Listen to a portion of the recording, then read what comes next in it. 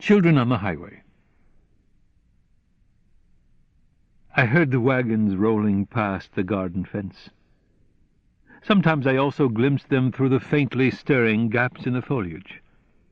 How loudly the wood in their spokes and shafts groaned in the hot summer. Farmhands were coming from the fields, laughing outrageously. I sat on our small swing, just relaxing among the trees in my parents' garden.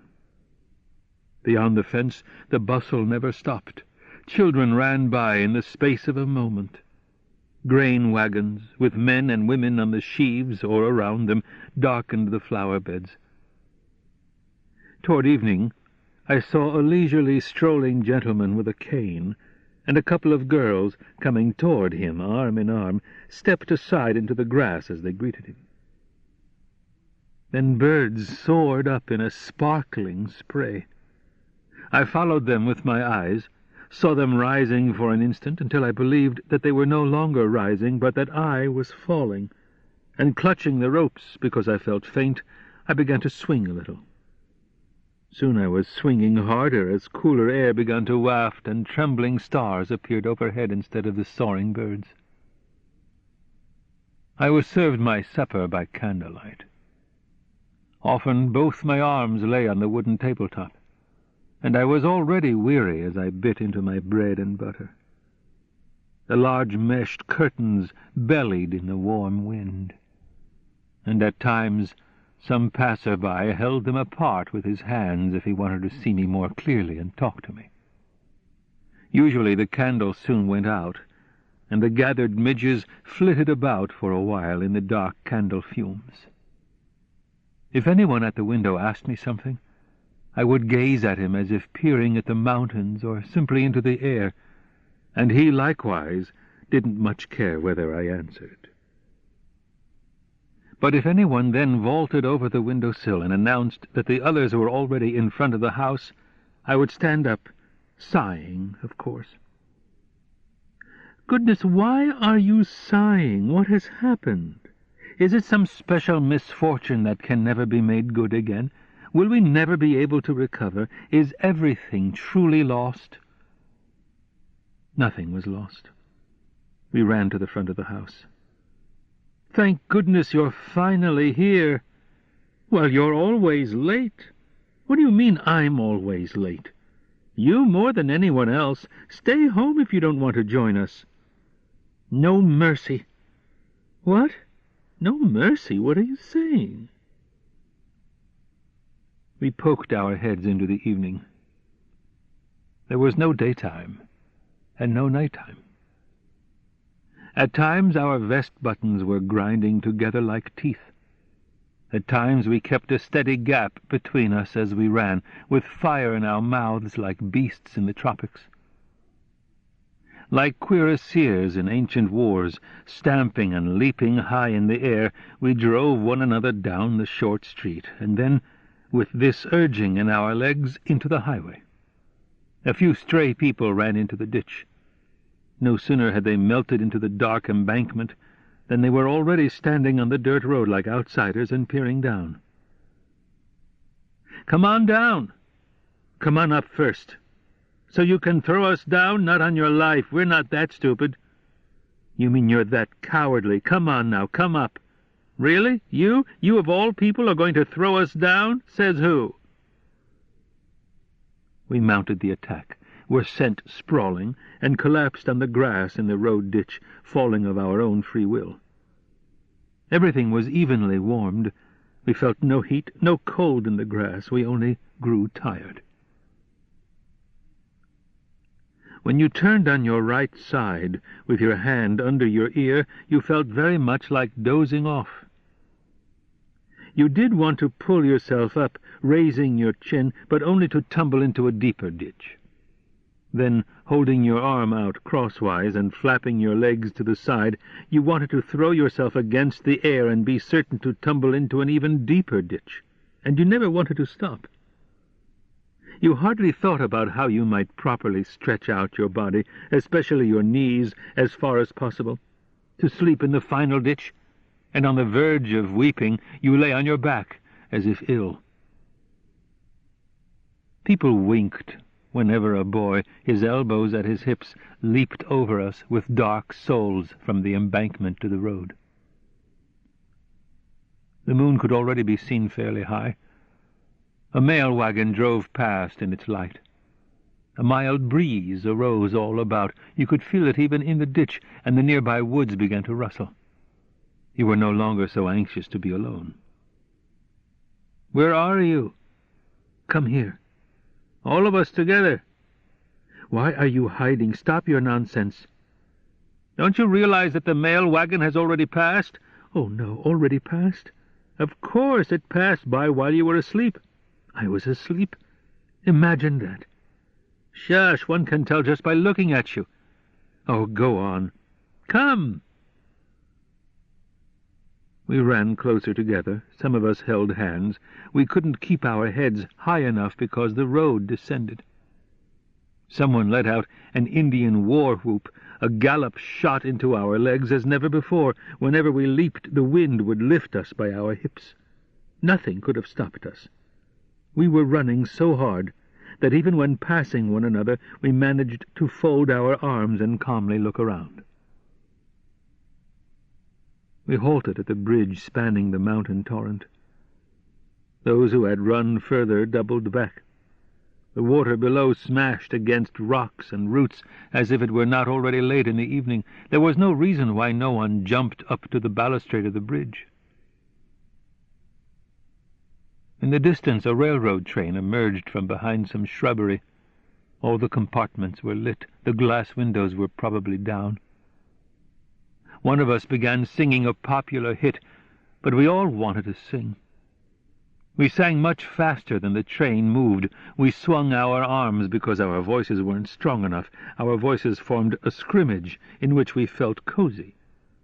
If you blend your voice with other voices, you are virtually caught on a fishhook. And so, with our backs to the forest, we sang for the ears of the distant travelers. The adults were still awake in the village. The mothers were making up the beds for the night. It was already time. I kissed the one standing next to me, casually shook hands with the three nearest ones, and began to run back. No one called out to me. At the first crossroads, where they could no longer see me, I turned off and ran back into the forest along dirt roads. I was heading toward the southern city which our villagers talk about. There are people there. Just imagine, they don't sleep. And why not? Because they don't get sleepy. And why not? Because they're fools. Don't fools get sleepy? How could fools get sleepy? Exposing a city slicker. Finally, around 10 at night, together with a man whom I had once known only casually, and who had unexpectedly joined me this time, dragging me around the streets for 2 hours, I arrived at the elegant mansion where I had been invited to a soirée. "Well," I said, clapping my hands as a sign that it was absolutely necessary to say good night. I had already made a few less pointed attempts. By now I was quite exhausted. "Are you going right up?" he asked. From his mouth I heard a sound like clicking teeth. "Yes." I did have an invitation. I had told him so immediately. Indeed, I had been invited to go upstairs to a place where I would love to be, and not down here, standing outside the front door and gazing past my interlocutor's ears. Or now going mute with him as if we were determined to linger on this spot for a long time. The houses all around us promptly took part in this silence, as did the darkness above them all the way up to the stars, and the footfalls of invisible strollers whose routes one did not care to guess, the wind which kept hugging the opposite side of the street, a gramophone which sang against the closed windows of some room or other. They sounded from this silence as if it had always been and would forever remain their property. My companion resigned himself on his behalf, and also, after a smile, on my behalf, stretched his right arm upward along the wall, and, closing his eyes, leaned his face against it. But I did not wait until this smile faded, for embarrassment suddenly whirled me around. This was the smile that had first made me realize he was a city slicker, pure and simple. And yet I had been in this town for months already, believing I knew these city slickers through and through. The way they come toward us at night from side streets, holding out their hands like innkeepers, the way they squeeze around the advertisement pillars where we stand, the way they virtually play hide-and-seek, spying on us with at least one eye from behind the curve of the pillar, the way they suddenly hover before us when we grow anxious at street corners on the curb of the sidewalk. I did understand them so well. After all, they were my first local acquaintances in the small taverns, and I owed them my first inkling of an adamant character which I could so little imagine as missing from the earth that I was already starting to feel it inside myself. The way they stood facing you, even when you had long since slipped away from them, when there was absolutely nothing left for you to be tricked out of. The way they refused to sit down, refused to drop down, but instead looked at you with glances that were still convincing, albeit only from far away. And their methods were always the same.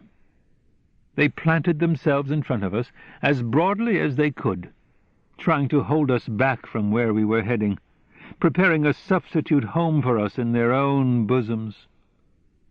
And when the throttled feelings finally surged in us, they welcomed them as an embrace into which they threw themselves face first. This time I had seen through these old tricks only after we had spent so much time together. I rubbed my fingertips sore to wipe away the disgrace. My companion, however, was still leaning there as before, still thinking of himself as a city slicker, and his satisfaction with his destiny was making his exposed cheek turn red. "You've got me," I said, patting him on the back. Then I quickly mounted the steps, and the so groundlessly devoted faces of the domestics up in the vestibule delighted me like a lovely surprise. I looked at each one in turn as they removed my coat and dusted my boots. Then, heaving a sigh of relief, I loped into the parlor.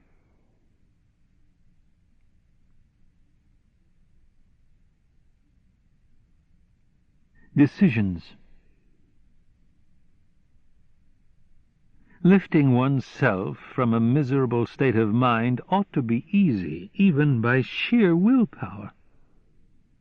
I wrench myself out of the chair, walk around the table, loosen my head and my neck, drive fire into my eyes, flex the muscles around them, work against any feelings, exuberantly greet A if he turns up now, amiably tolerate B in my room, inhale all of C's words in long drafts, despite my strain and suffering.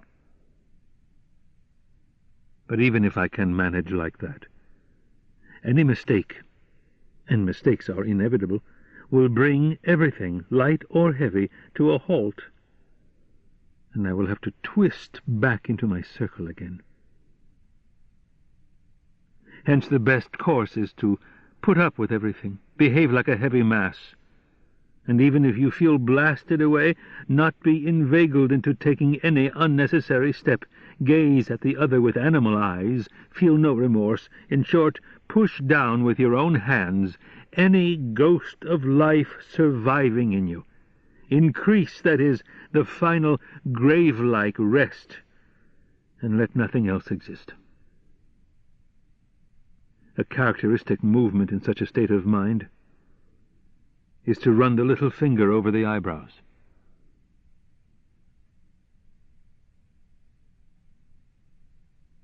The outing in the mountains. I don't know. I cried in a toneless voice. I just don't know. If nobody comes, well, then nobody comes. I've hurt nobody. Nobody's hurt me, yet nobody wants to help me. A bunch of nobodies. But that's not the way it is, except that nobody's helping me. Otherwise a bunch of nobodies would be just fine. I would love to, and why not, go on an outing with a bunch of absolute nobodies. Into the mountains, naturally, where else? How these nobodies crowd and jostle, those many arms jutting out at an angle and linked together, those countless feet separated by tiny steps, all of them, needless to say, in tailcoats. We walk along, free and easy.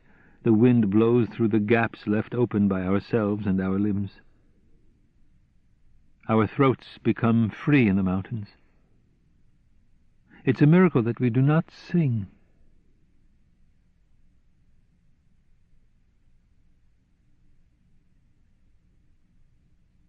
The bachelor's unhappiness. It seems so awful to remain a bachelor, an old man barely keeping up his dignity when asking to be received if he wishes to spend an evening with other people, being sick and gazing at the empty room for weeks on end from the bed corner, always saying good night at the front door, never squeezing up the stairs next to his wife, having a room with only side doors that lead into other apartments, carrying home his supper in one hand, having to admire other people's children and not being allowed to constantly repeat, "I have none," modeling his appearance and behavior on those of one or two bachelors he recalls from his youth. That's how it will be. Except that in reality, one will also stand there oneself, today and later, with a body and a real head, hence also a forehead, to beat one's hand on it. The businessman. It may be that a few people are sorry for me, but I don't sense it. My small shop fills me with worries, making my forehead and temples ache, but offering no prospects of contentment, for my shop is small. For hours in advance I have to make decisions, keep the errand boy's memory alert, warn against mistakes that I dread, and during one season figure out which fashions will be in vogue the next, not among people in my circle, but among inaccessible populaces in the countryside. My money is in the hands of strangers. Their circumstances are beyond my ken. I have no inkling of the misfortune that could strike them. How could I ward it off? Perhaps they have become spendthrifts and are hosting a party in a tavern garden, and others are attending this party for a brief moment before fleeing to America. Now, when my shop closes on a workday evening, and I am suddenly faced with hours in which I can do no work for the incessant needs of my business, then my agitation, a distant harbinger every morning, tosses inside me like a returning tide. But it cannot endure being inside me, and it sweeps me away without a goal. And then I have no use whatsoever for this mood, and all I can do is go home, for my face and hands are dirty and sweaty, my clothes are stained and dusty, with my shop cap on my head, and my boots scratched up by the nails of crates. I then walk as if on waves, drumming with the fingers of both hands and stroking the hair of passing children. But the distance is too short. Soon I am inside my building, opening the elevator door and stepping in. I see that now I am suddenly alone. Others who must climb stairs, grow slightly tired, have to wait with hurriedly breathing lungs for someone to come and open the apartment door, giving them good reason to be annoyed and impatient. They now enter the vestibule, where they hang up their hats, and they are not alone until they walk through the corridor past several French doors and get into their own rooms. I, however, am instantly alone in the elevator, and propped on my knees, I gaze into the narrow mirror. When the elevator starts rising, I say, "Keep quiet, step back. Do you want to melt into the shade of the trees, behind the draperies on the windows, into the vault of the bower?" I talk through my teeth, and the staircase landings glide down the frosted panes like cascading water. Fly away. Your wings, which I have never seen, may carry you to the village valley or to Paris if you feel an urge to go there. But enjoy the view through the window when the processions converge from all three streets, not shifting aside for each other, but passing through one another, and letting the square emerge free again as their final ranks march off. Wave your handkerchiefs, be indignant, be moved. Praise the beautiful lady driving past.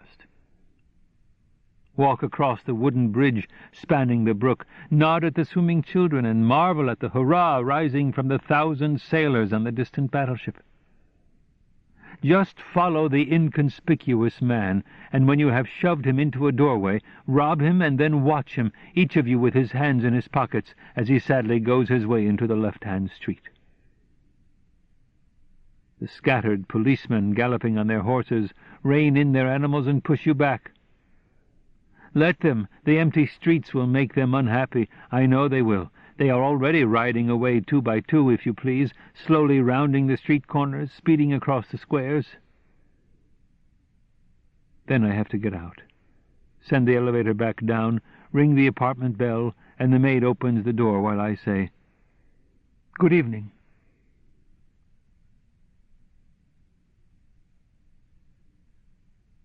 Absently gazing out. What will we do in these spring days that are now hurrying toward us? This morning the sky was grey, but if you go to the window now, you are surprised and you lean your cheek against the window latch. The sun is already setting, of course, but down below you see its light on the face of the childlike girl who is just strolling and looking about. And at the same time you see the man's shadow upon her as he hurries up behind her. And then the man has passed her, and the child's face is utterly bright. The way home. Just look how persuasive the air is after the thunderstorm. My merits appear to me and overpower me, although admittedly I offer no resistance. I march along, and my tempo is the tempo of this side of the street, this neighborhood. I am rightfully responsible for all the knocks on doors, on tabletops, for all toasts, for the lovers in their beds, in the skeletons of the new buildings, pressed against the house walls in dark alleys, or on the ottomans of bordellos. I assess my past against my future, but find both of them excellent. I can give neither one the preference, and I can carp only at the inequity of Providence, which has favored me in this way. It is only upon entering my room that I get to thinking, although without having found anything worth thinking about while climbing the stairs. It doesn't help me much if I open the window all the way, and the music is still playing in some garden. The people running by. When we stroll through a street at night, and a man, already visible from far away, for the street rises in front of us and there is a full moon, comes running toward us, we will not grab hold of him, even if he is weak and ragged, even if someone is running after him and yelling. We will simply let him run on. For it's night, and we cannot help it if the street rises in front of us in the full moon. And besides, perhaps these two people are staging the chase for their own amusement. Perhaps the two of them are pursuing a third. Perhaps the first man is being pursued through no fault of his own. Perhaps the second one wants to murder him, and we will be accomplices to the murder. Perhaps the two of them know nothing of one another, and each is simply running home to bed on his own account. Perhaps they are sleepwalkers. Perhaps the first man is armed. And anyway, don't we have the right to be tired? Haven't we drunk a lot of wine? We're glad that we no longer see the second one either. The passenger. I stand on the platform of the trolley car and am completely insecure about my footing in this world, in this city, in my family. Nor could I indicate even casually what demands I might rightfully make in any direction.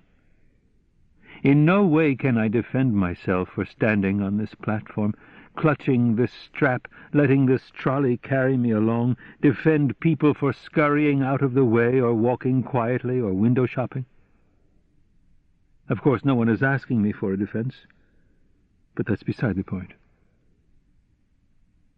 The trolley approaches a stop. A girl comes over to the steps, ready to get out. She is as obvious to me as if I had run my fingers over her. She's wearing black. The pleats of her skirt barely stir. Her blouse is snug and has a collar of white, fine-meshed lace. Her left hand is propped flat against the side of the trolley. The umbrella in her right hand is poised on the second step from the top. Her face is brown. Her nose, slightly pinched on the sides, has a broad, round tip. She has a lot of brown hair, and small, stray hairs on her right temple.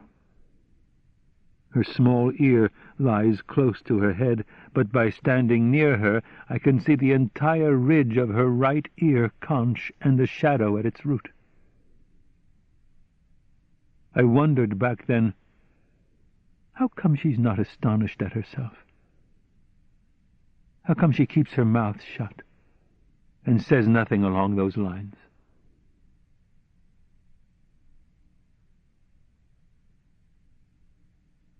Frocks. Often when I see frocks with manifold pleats, ruffles and ornaments, fitting so beautifully on beautiful bodies, I think they will not remain that way for long. Instead, they'll develop wrinkles that cannot be ironed out.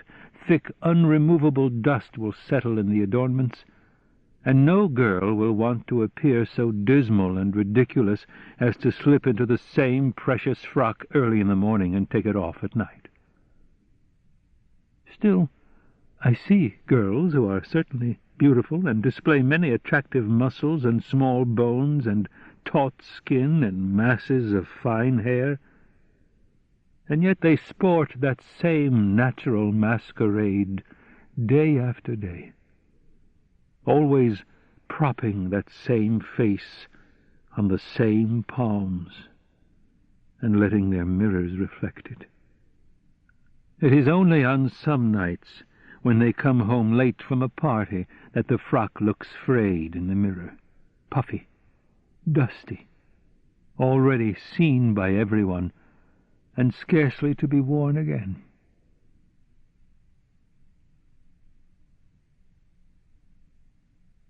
The rejection. Whenever I meet a beautiful girl and ask her, "Please come with me, do," and she walks on without a word, her drift is, "You are no duke with a soaring name, no foursquare American with an Indian stature, with level eyes, with a skin massaged by the air of grasslands and the rivers flowing through them. You have never traveled to or on the great seas, which are goodness knows where. So please tell me, why should a beautiful girl like me go with you?" You are forgetting that no automobile carries you through the streets, rocking in long sweeps.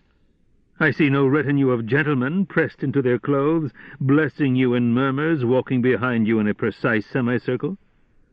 Your breasts are snugly laced in your corset, but your thighs and hips make up for that abstinence. You are wearing a pleated taffeta dress, the kind that certainly delighted all of us last autumn, and yet from time to time you smile. That mortal danger emanating from your body. Well, we are both right. And rather than having it dawn on us irrefutably, don't you think that each of us should really go home alone?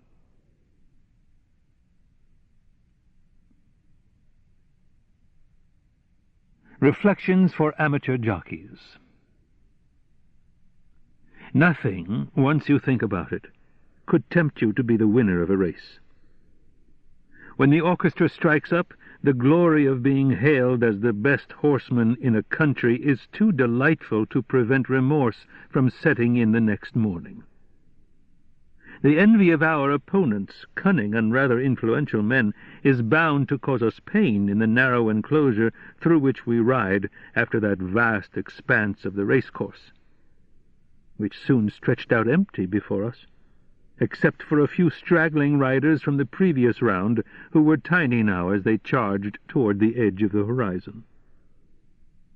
Many of our friends are hurrying to collect their winnings, and so they merely shout their hurrahs to us over their shoulders from the distant betting window. Our best friends, however, did not even bet on our horse, for they feared that if they were to lose, they would be angry at us.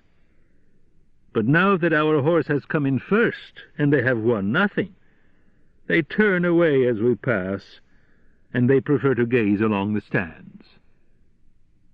Our rivals behind us, steady in their saddles, are trying to overlook the misfortune that has struck them and the injustice that is somehow being done to them. They are putting on cheerful expressions, as if a new race had to begin, and a serious one after such child's play. Many women find the winner ridiculous because he struts about and yet can't cope with the endless hand-shaking, saluting, bowing and distant waving, while the losers have shut their mouths and are casually patting the necks of their mostly whinnying horses. Eventually, the sky clouds over, and it actually starts raining.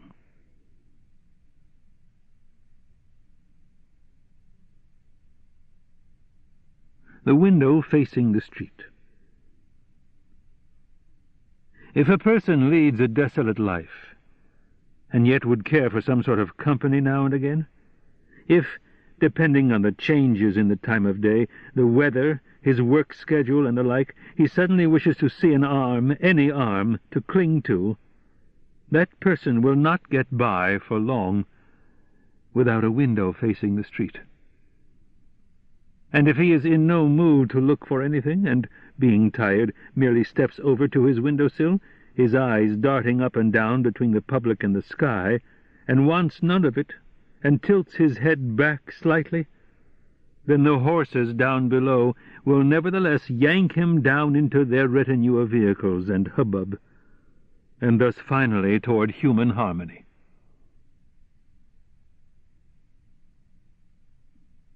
The wish to be an Indian.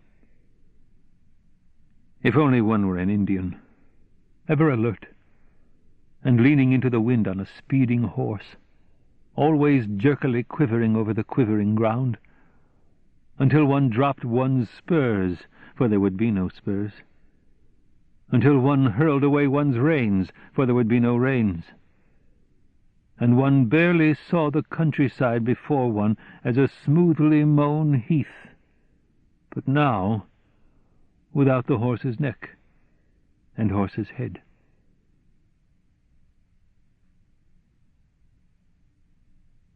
The trees.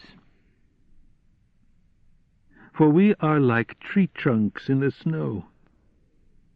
They seem to be resting smoothly, as if one could push them away with a slight nudge. No, one cannot, for they are firmly attached to the ground. But lo and behold, this too is sheer semblance.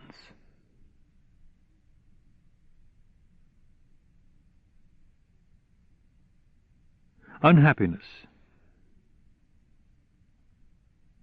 One evening, when I could endure it no longer, it was in November, and I was dashing around the narrow carpet of my room as if it were a racetrack, and, startled by the sight of the illuminated street, I turned away, yet found a new goal in the depth of the room, in the chasm of the mirror, and I shrieked merely in order to hear the shriek to which nothing responds, which nothing can deprive of the power of shrieking, and which, consequently, rises unhampered and cannot stop even if it fades out.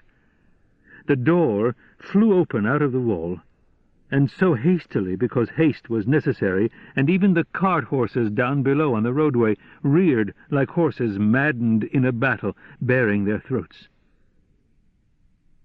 Like a small ghost, a child swept in from the pitch-dark corridor where the lamp was not yet burning, and he remained on tiptoe on an imperceptibly swaying floorboard.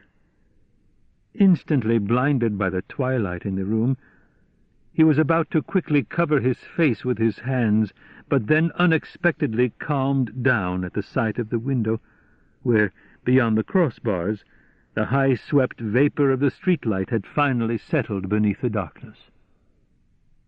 Propping his right elbow against the wall of the room, he held himself upright in the open doorway, letting the draught from outside play around his ankles, and also his neck, and also his temples. Eyeing him briefly, I then said, "Good day," and removed my robe from the stove screen because I didn't care to stand there half-naked. For a short while I kept my lips open to release my agitation through my mouth. I had a sour taste in my mouth. My eyelashes fluttered in my face. In short, that visit, although expected, was simply the last straw. The child was still standing in the same place, by the wall. He had pressed his right hand against its surface, and, with red cheeks, he simply couldn't get enough of the fact that the whitewashed plaster had a coarse grain which chafed his fingertips. I said, "Are you sure it is I you are looking for? Could you be mistaken?" "There's nothing easier than making a mistake in this large building. My name is so-and-so. I live on the 3rd landing. Am I the person you wish to visit?" "Quiet, quiet," said the child over his shoulder. "It's all correct." "Then come further into the room. I'd like to close the door." "I've just closed the door. Don't bother. Just calm down." "It's no bother. But a lot of people live along this corridor, and naturally we're all acquainted. Most of them are coming home from their jobs now. If they hear someone talking in a room, they simply feel they have the right to open their doors and check what's going on. That's just the way it is. These people have their daily work behind them, and they won't knuckle under to anybody in their provisional evening freedom. Besides, you're quite aware of that. Let me close the door." "Why, what's wrong? What's the matter with you? The whole building can come for all I care, and let me repeat, I've already closed the door. Do you believe you're the only person who can close it? I've even turned the key." "Well, fine, that's all I want. You didn't need to turn the key. And now that you're here, do make yourself comfortable. You are my guest. You must trust me completely. Make yourself at home. Don't be shy. I won't force you to stay or to leave. Need I say so? Don't you know me by now?" "No, you really didn't need to say so. In fact, you shouldn't have said so. I'm a child. Why all this fuss and bother?" "It's not as bad as all that. Of course, a child, but you're not that little. You're quite grown up. If you were a girl, you couldn't just simply lock yourself up in a room with me." "We don't have to worry about that. I only wanted to say that my knowing you so well offers me little protection. It merely relieves you of the effort to tell me lies. Nevertheless, you are paying me compliments. Do stop. I demand that you stop. Besides, I can't recognize you everywhere and every time, least of all in this darkness. It would be much better if you made some light. No, never mind. In any case, I'll remember that you've already threatened me." "What? I threatened you? Now look here. I'm so glad you're finally here. I say finally because it's already so late. I simply don't understand why you've come so late. Perhaps I was so overjoyed that I inadvertently said things I shouldn't have said, and you took them amiss. I'll admit 10 times over that I did say those things. Indeed, I threatened you with anything you like. Just let's not argue, for goodness sake. But how could you believe it? How could you insult me like that? Why do you want to devote all your strength to spoiling this brief moment of your presence? A stranger would be more accommodating than you are." "That I believe. It was no great insight. By nature I'm as close and as accommodating to you as any stranger could get, and you know it. Then why so wistful? If all you want to do is put on an act, I'll leave momentarily. Really? You have the nerve to tell me that, too? You're a bit too bold. After all, you are in my room. You're rubbing your fingers like crazy on my wall. My room, my wall. And besides, the things you're saying are ridiculous and not just impudent. You say your nature forces you to speak to me like that? Really? Your nature forces you? That's so nice of your nature. Your nature is the same as mine. And if I act friendly to you by nature, then you should behave no differently. Is that friendly? I'm talking about before. Do you know what I'll be like later on? I know nothing. And going over to the nightstand, I lit the candle on it. In those days I had neither gas nor electric light in my room. Then I sat at the table for a while until I grew tired of that too. I put on my overcoat, took my hat from the sofa, and blew out the candle. As I walked out, my foot got caught in a chair leg. On the stairs I ran into a tenant from my floor. "Are you going out again, you rascal?" he asked, resting on his legs, which were straddling 2 steps. "What should I do?" I said. "I've just had a ghost in my room." "You sound as dissatisfied as if you had found a hair in your soup." "You're making fun of it, but I can assure you a ghost is a ghost." "How true, but what if someone doesn't believe in ghosts?" "Why, do you think I believe in ghosts? But what good does it do not to believe?" "It's quite simple. You don't have to be afraid when a ghost actually comes to you." "Yes, but that's only an incidental fear. The real fear is the fear of what caused the apparition, and that fear remains. I've got a whole lot of it in me." I was so nervous that I began rummaging through all my pockets. "Since you're not afraid of the apparition itself, you could easily have asked what caused it." "It's obvious you've never conversed with ghosts. One can never get precise information out of them. It's like pulling teeth. These ghosts seem to be more skeptical about their existence than we are, which, by the by, comes as no surprise, considering how frail they are." "But I've heard they can be nursed back to health." "My, you're well informed. It's true, but is anyone going to do it?" "Why not? If, say, it's a female ghost," he said, and swung his leg to the top step. "I see," I said. "But even then it's not worth the trouble." I thought of something else. My acquaintance was already so high up that in order to see me he had to bend under the well of the staircase. "But nevertheless," I exclaimed, "if you take away my ghost up there, then I'll never speak to you again." "Oh, I was only joking," he said, pulling his head back. "Well, then, that's fine," I said, and indeed I could just as easily have gone for a walk. But feeling so forlorn as I did, I preferred going back up and getting to bed.